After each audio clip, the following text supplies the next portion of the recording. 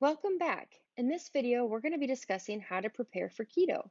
We're going to be talking about where you start, we'll talk about the keto cleanout, and we'll discuss stocking up and what you need to be successful with keto. So, you're going to want to know how far you've come. So, we want to get a few things taken care of before we get started. It's important to know where you're starting so that you can see your progress. You also can't manage what you don't track. So, if you want to weigh yourself, now's the time. I am not a huge fan of the scale to track progress because our bodies go through so many changes while we're adapting. The numbers on the scale will more than likely go up and down, so I implore you to weigh yourself on day 1 week later, and then 1 month later. Don't get on the scale roller coaster because it'll be very frustrating for you. Next, you're going to want to take pictures. As uncomfortable as you might be with this, do it. You will be so proud of yourself when you look back at them in a few weeks, months, and even years to come. I recommend getting a front, side, and back picture. Now, I want you to grab your favorite article of clothing that you can get on, but it might be a little tight. Something you're not comfortable wearing, but you'd like to wear in the future. Note how it fits and take a picture of yourself wearing the item. These are going to serve as great pictures to share in the future when you're rocking your new bod. Finally, be sure to take measurements. Like I said, the scale doesn't always show the whole picture. Two measurements to include are your waist, which is the skinniest part of your stomach, and your hips at their widest part. I've included some information in the download for you to record everything on. All right, the pantry purge. In other words, the keto cleanout. There are two different ways to do keto. One is called clean keto and the other is dirty keto. Clean keto is when you're hitting your macros by eating wholesome, nutritious, real foods. Dirty keto is when you're hitting all your macros, but you're accomplishing this by eating highly processed, unhealthy junk foods. While it is true that you may be able to achieve ketosis and weight loss on a dirty keto diet, it does not have the same benefits as clean keto because dirty keto foods tend to be calorie dense and less nutritious than clean keto foods. I've included a link to a great article going deeper into clean and dirty keto. While it is okay to include some of the dirtier keto foods on occasion, remember weight loss isn't the only goal here. In order to feel like your best self, you need to be eating real food. So, what needs to go?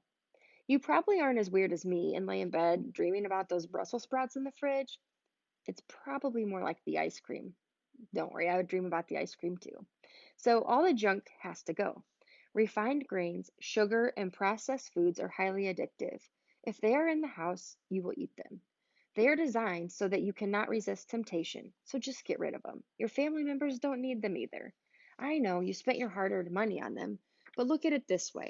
Is your health and the ability to stick with this lifestyle change worth keeping incredibly unhealthy foods in the pantry?